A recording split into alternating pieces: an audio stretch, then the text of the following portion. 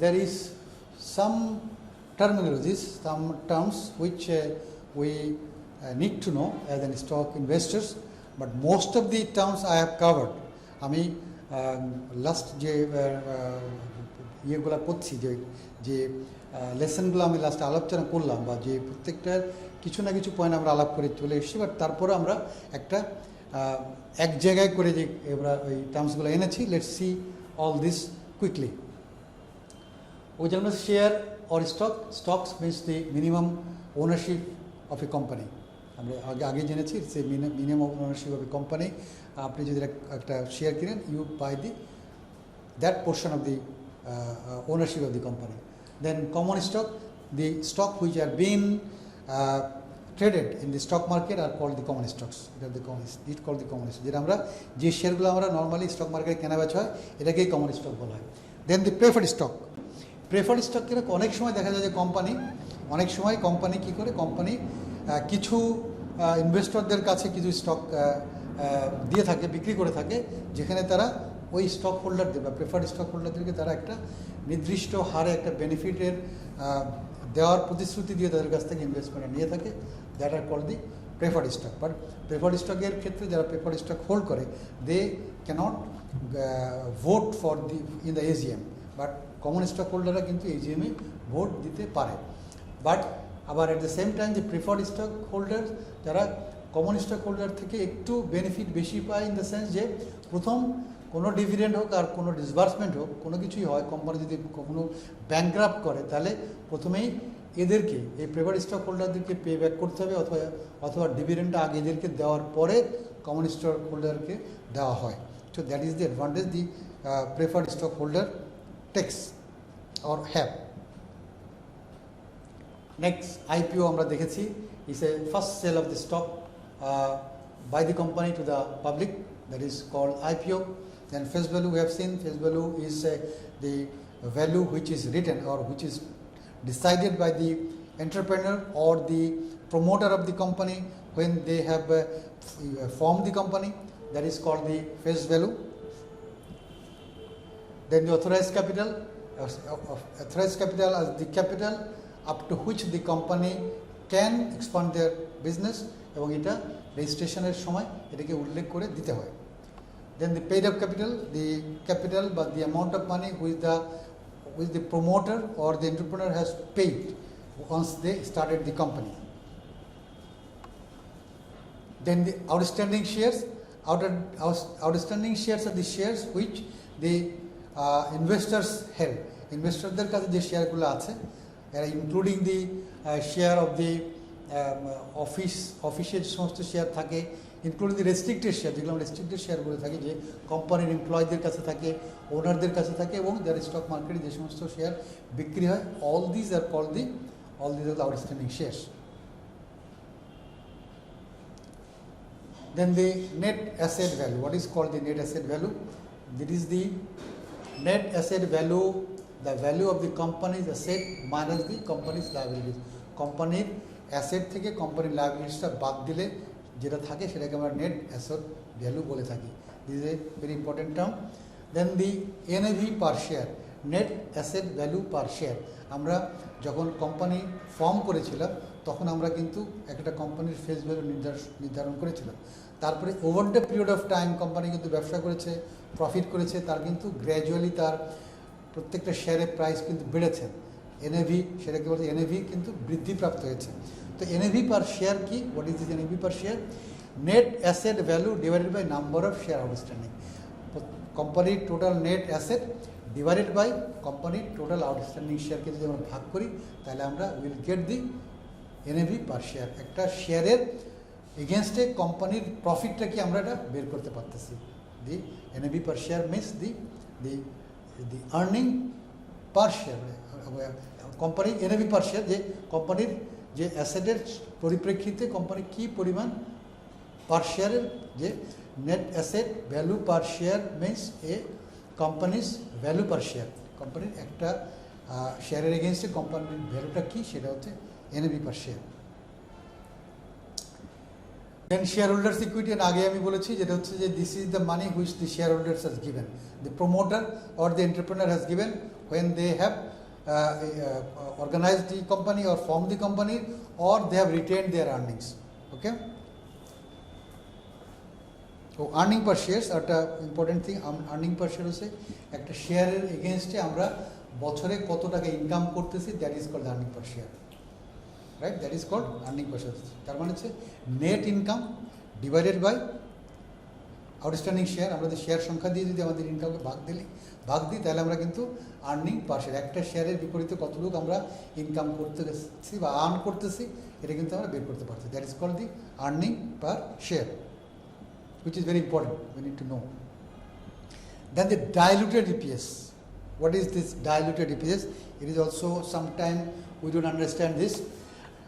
Say আমি একটা company total share সংখ্যা আছে 1 লক্ষ শেয়ার সংখ্যা আছে, তো কোম্পানি কী করলো, কোম্পানি 10% বোনাস শেয়ার দিল। এখন কোম্পানি তাহলে শেয়ার সংখ্যা গিয়ে দাঁড়ালো কত, 1,10,000 শেয়ার গিয়ে দাঁড়ালো। এখন যখন কোম্পানির শেয়ার সংখ্যা 1 লক্ষ ছিল তখন কোম্পানির যে আর্নিং ছিল, ন্যাচারালি এখন যখন কোম্পানির শেয়ারের সংখ্যা 1,10,000 হয়ে গেছে তখন কিন্তু তার যে আর্নিংটা আগে ছিল ওই আর্নিংটা কিন্তু এখন থাকবে না। কোম্পানির আর্নিং পার শেয়ার যেটা ছিল, ন্যাচারালি শেয়ার সংখ্যা বৃদ্ধিপ্রাপ্ত হওয়ার কারণে কোম্পানির কিন্তু সেই আর্নিং পার শেয়ার আর থাকবে না, দ্যাট উইল ডিক্রিজ। তো দিস ইজ কল্ড ডাইলুশন, যে বোনাস শেয়ারটা ডাইলুট হয়ে গেছে, শেয়ারের ভিতরে ডাইলুট হয়ে গিয়ে শেয়ার প্রাইসটাকে কমে গেল। ডাইলুশন তো আমরা সবাই বুঝি, যে আমরা যদি পানির ভিতরে যদি চিনি ঢেলে দিই, ওই একটু তারপর চামচ দিয়ে যদি নেড়ে দিই তাহলে কী হচ্ছে, ওই চিনিটা গলে যাচ্ছে, গলে কিন্তু পানির সাথে যুক্ত হয়ে যাচ্ছে। বাট গ্লাসের যে লেভেল পর্যন্ত পানিটা ছিল, ন্যাচারালি আমি যখন 2 চামচ চিনি দিয়ে দিচ্ছি ওই লেভেলটা কিন্তু they are going little up, because already চিনি তার ভিতরে চলে গেছে এবং দ্যাট ইজ বিন ডাইলুটেড, পরিমাণে বেড়ে গেছে। ওই গ্লাসে পানির পরিমাণ কিন্তু বেড়ে গেছে, পানির পরিমাণ বাড়েনি, ওই সুগারটা দেওয়ার কারণে কিন্তু এটা বেড়ে গেছে, volume has increase. So same goes here, এখানে শেয়ার সংখ্যা বাড়ার কারণে কোম্পানির যে ইনকামটা ছিল, পার শেয়ার ইনকামটা ছিল, দ্যাট হ্যাজ গন ডাউন। তো that is called the diluted EPS, right? বুঝতে পেরেছেন? Okay, next, price to earning ratio.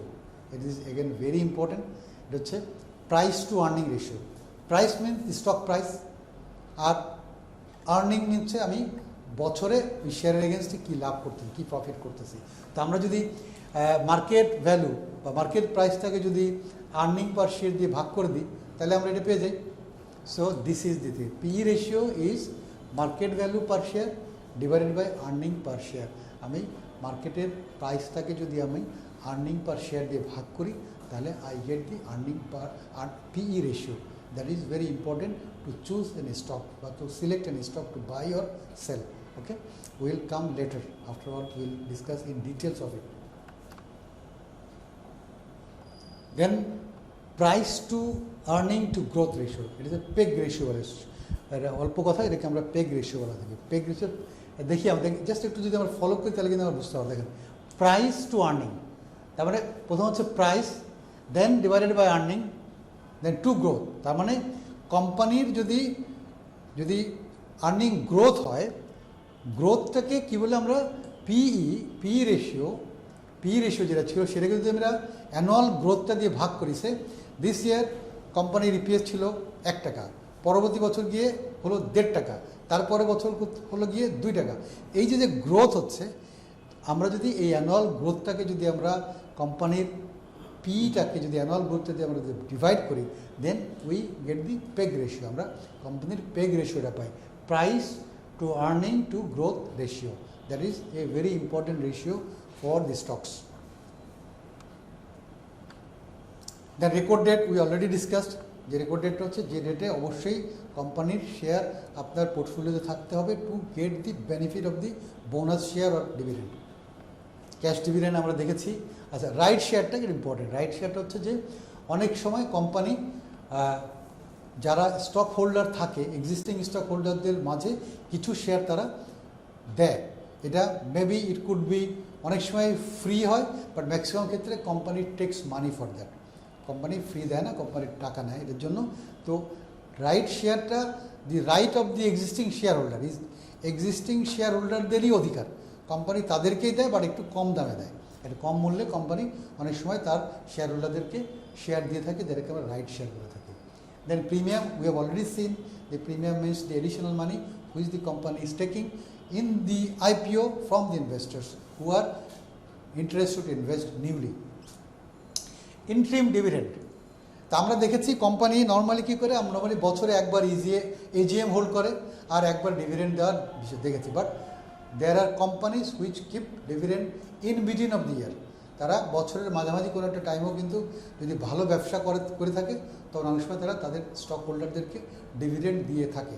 That dividend is called the interim. Interim মানে হচ্ছে অন্তর্বর্তীকালীন একটা ডিভিডেন্ড। আর you must be knowing that আমাদের দেশে আমরা কিন্তু একবার ডিভিডেন্ড দেওয়া হয়, কোনো কোম্পানি ভালো করলে ইন্ট্রিম ডিভিডেন্ড দেয়, বাট বাইরে স্পেশালি আমেরিকাতে স্টক এক্সচেঞ্জ ওরা কিন্তু কোয়ার্টারলি ডিভিডেন্ড দিয়ে দেয়, they give quarterly dividend to the stockholder. And dividend yield হচ্ছে the annual dividend per share divided by the share price. আচ্ছা, শেয়ার প্রাইস যদি আমরা অ্যানুয়াল ডিভিডেন্ড পার শেয়ার, যদি বাৎসরিক যে ডিভিডেন্ডটা আছে এটাকে যদি আমরা শেয়ার প্রাইস দিয়ে ভাগ করে দিই তাহলে আমরা we get the dividend yield. Dividend yield also important, we got to know যে কোম্পানির ডিভিডেন্ড yield-টা দেখলে আমরা বুঝতে পারবো যে কোম্পানির প্রাইসের সাথে সঙ্গে যে ডিভিডেন্ড যে কোম্পানি অ্যানুয়াল ডিভিডেন্ড দিচ্ছিল এবং তার যে বাকি যে বাই দি শেয়ার প্রাইসের সাথে আমরা একটা কম্পারিজন করতে পারবো। Then stock split, this is also important term. It was আমরা পূর্বে 2010-এর দিকে আসলে আমাদের শেয়ার মার্কেটে there are varieties of face values of share. কোনো শেয়ারের মূল্য ছিল 10 টাকা, কোনো শেয়ার ছিল 100 টাকা, ইভেন কোনো শেয়ারের মূল্য ফেস ভ্যালু 1000 টাকাও ছিল। তখন কী করলো, তখন স্টক এক্সচেঞ্জ টু ব্রিং সে 100 টাকার ফেস ভ্যালু যখন ছিল তখন ওই শেয়ারটাকে কেনা it would be difficult for the general ইনভেস্টরদের ক্ষেত্রে কিন্তু এটা কেনা, এত টাকা দামের শেয়ার কেনা অনেক সময় অনেক কষ্টসাধ্য ছিল। তখন কি করা হলো, তখন সমস্ত শেয়ারগুলোকে স্প্লিট করে দেওয়া হলো, ভেঙে দেওয়া হলো, ভাগ করে দেওয়া হলো। ওকে, এখানে কিন্তু স্প্লিট হলে আপনার শেয়ার সংখ্যা কমবে না, শেয়ার সংখ্যা বেড়ে যাবে, বাট আপনার value of the money will be same. Say আপনার যদি 100 টাকা ফেস ভ্যালুর কোনো শেয়ার একটা শেয়ার থাকে, তখন যদি ওই শেয়ারটা ভেঙে দেওয়া হয়, স্প্লিট করে দেওয়া হয় 10 টাকা ফেস ভ্যালু, তাহলে আপনার ওই একটা share will become 10 shares, but আপনার কিন্তু টাকার পরিমাণ কিন্তু কম হবে না। Your money will B remain same, but the number of shares will be increase, so that it facilitate the advantage or facilitate the scope of the small investors to invest or participate. That is stock split. Book building is a process of enlisting share. তো আমরা তো share যখন মার্কেটে আসে তখন there are some institution whose are responsible to bring the stock in the market. তার প্রক্রিয়া আছে, তার অনেক পদ্ধতি আছে, সুতরাং ওইটাকে ডিটেলস আমরা যাব না। আমরা শুধুমাত্র জানবো যে একটা প্রক্রিয়ার মাধ্যমে এটাকে আসতে হয়, এবং যারা এটা করে তাদেরকে আন্ডার রাইটার বলা হয়। আন্ডার রাইটাররা দে অ্যাসেস যে what should be the fair price of the stock.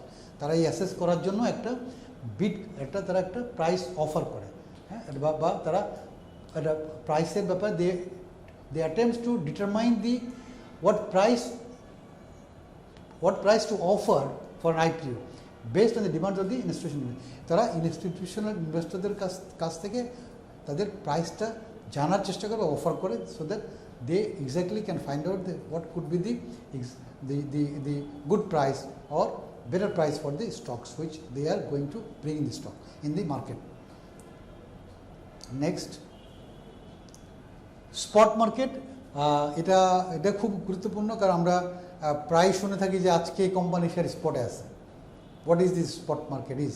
Normally আমি বলেছিলাম যে নর্মালি আমরা T+2 ডেতে আমাদের হয় কী বলে, আমাদের ম্যাচিউর হয় শেয়ার বা সেটেলমেন্ট টাইমটা লাগে, বাট স্পট মার্কেটটা হচ্ছে, spot market is where the shares are exchanged for immediate delivery, যেখানে খুব তাড়াতাড়ি ডেলিভারি হওয়ার জন্য, মানে it is in the same day, same day আপনি আজকে কিনেন ওই শেয়ারটা আজকে আপনাকে ডেলিভারি করে দেবে, দ্যাট ইজ স্পট।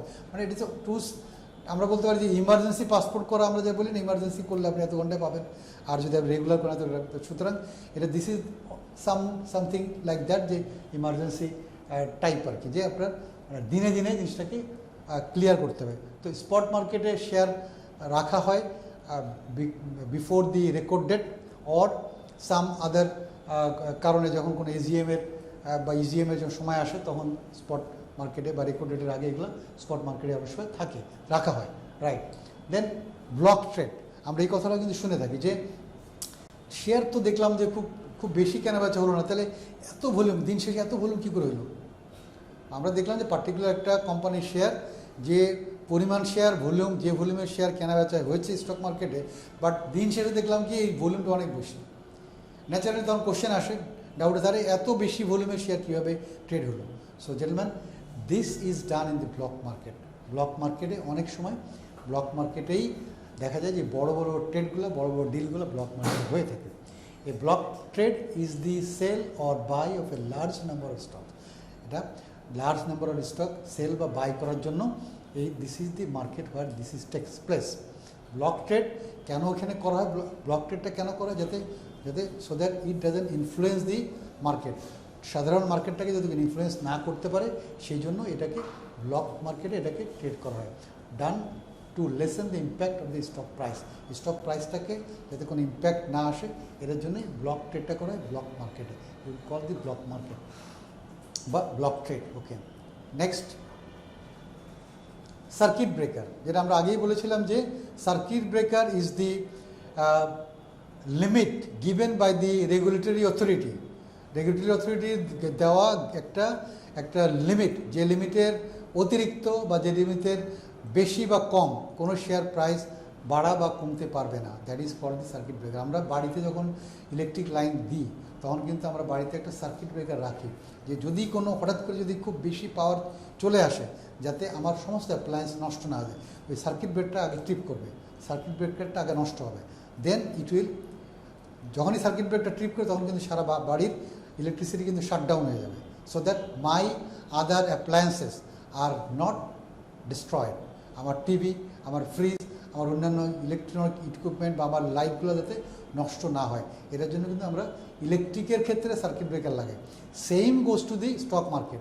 স্টক মার্কেটে যাতে অত্যন্ত মানে হঠাৎ করে দাম অনেক বেশি বেড়ে যেতে না পারে বা অনেক বেশি কমে যেতে না পারে, সেই জন্য আমাদের একটা যে রেগুলেটরি একটা লিমিট দেওয়া আছে, সেই লিমিটের বাইরে আমরা যেতে পারবো না, that is called circuit breaker.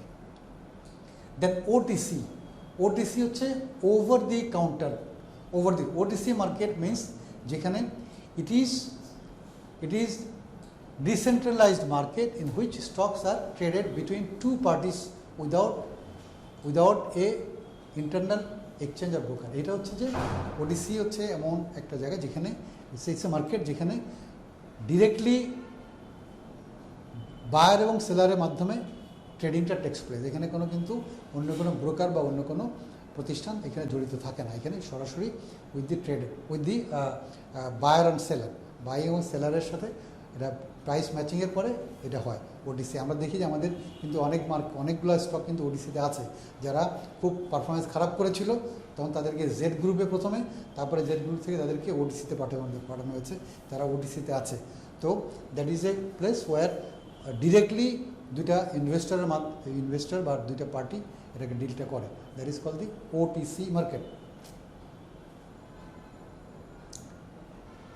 Okay, gentlemen, this was all about the terms which we all need to know. Then, day trader. There are some trader যারা দিনে দিনে কেনাবেচা করার চেষ্টা করে, but they got to have mature share in their hand. অনেকে এটাকে বেচা কেনা করে, তারা ডেলি ট্রেড করতে চেষ্টা করে, যাদের হাতে ম্যাচিউর শেয়ার থাকে, to take the fluctuation benefit of the stock market. Stock market দেখবেন যে নর্মালি 2-3%, 4% একটা গ্যাপ সবসময় কিন্তু হয়। এই গ্যাপটাকে তারা নেওয়ার জন্য তারা চেষ্টা করে এবং তারা they remain very active in the market, that is they are called the day trader. Somebody who buys a security and then sell within the same trading day, obviously he has to have the mature stock in his hand to do it. So these were all about the terms which we need to know if we want to invest in the stock market. So gentlemen, up to this I covered from the very beginning how the company is formed, how the share কিভাবে মার্কেটে আসে, কিভাবে কেনা বেচা হয়, details I tried to cover all these aspects. এখন যদি if you have any question on this, okay.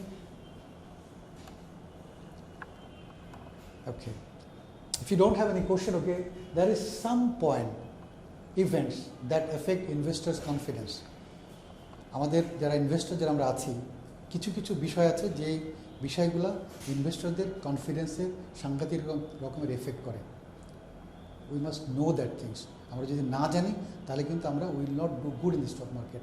তো what are the things which we need to know, বা what are the things which effects the sentiment. কী হলো? War or other conflicts. যদি কোনো দেশে যুদ্ধ হয়, যদি কোনো যুদ্ধ either it is in our country or outside our country, আর যদি আমাদের দেশে বা দেশের বাইরে যদি যুদ্ধ হয় তাহলে কিন্তু that effects our country also, because আমাদের দেশের সাথে কিন্তু আমরা either we import or export, আমরা কিন্তু দুটা জিনিস করি, অথবা there are other business ties with the other countries. তো যদি সেই সমস্ত দেশে যদি কোনো প্রবলেম হয়, কোনো যুদ্ধ যদি হয়, তাহলে দেখা যাচ্ছে যে that is going to affect our market also. Then concern of over inflation, যখন যদি if the people become over concern about the inflation, যদি কনসার্ন হয়, ওভার ইনফ্লেশনের কনসার্ন যদি হয়ে থাকে, তাহলে কিন্তু that also affect the market. Then government policy, financial policy or monetary policy, গভর্নমেন্টের মনিটারি পলিসি এবং ফিনান্সিয়াল পলিসিও কিন্তু that affect the stock market.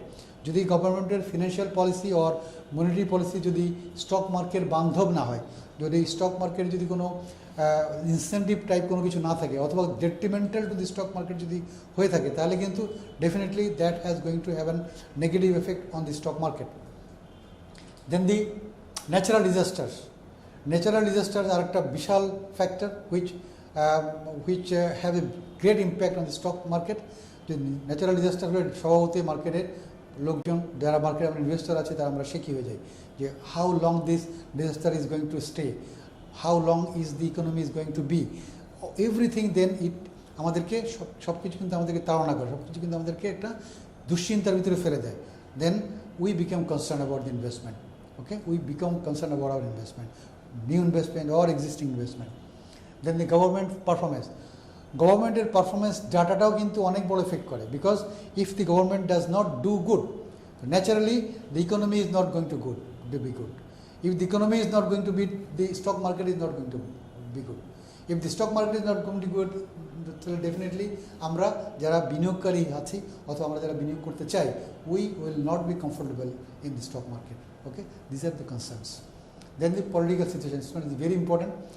Political situation of any country, political situation of any country is very important for that country's economy and also the stock market, because the stock market is a very sensitive place.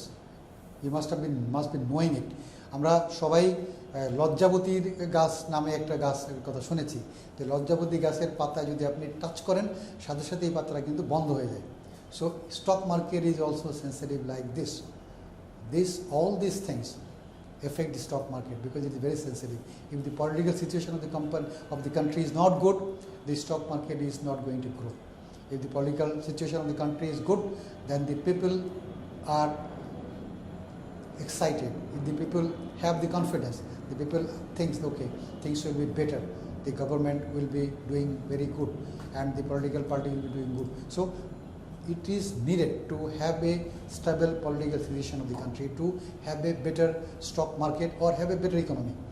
Then the stability of the government. Yes, government যদি stability না থাকে, যদি government যদি frequently change হতে থাকে, তাহলে কিন্তু তাহলে যারা ইনভেস্টার যারা আছে, they became demotivated, because they think যে এই গভর্নমেন্ট এটা করে গেল, নেক্সট গভর্নমেন্ট এসে they are going to change the policies, they are going to change the things. তো সুতরাং তখন কী হয়, তখন একটা নেগেটিভ ইম্প্যাক্ট প্রত্যেকের মনের ভিতরে একটা অস্থিরতা কাজ করে, একটা মিসআন্ডারস্ট্যান্ডিং কাজ করতে থাকে, তখন একটা ভয় কাজ করতে থাকে যে what is going to be stopped, what facilities the government is going to cut down, and all this blah blah blah. This tension, it comes to the investor's mind. So which all these things, gentlemen, all the things which I mentioned here, all these things do affect the sentiment of the stock investors. Stock ইনভেস্টরদেরকে সেন্টিমেন্টকে ইনভেস্টরদেরকে কনফিডেন্সটাকে এটা বাধাগ্রস্ত করে।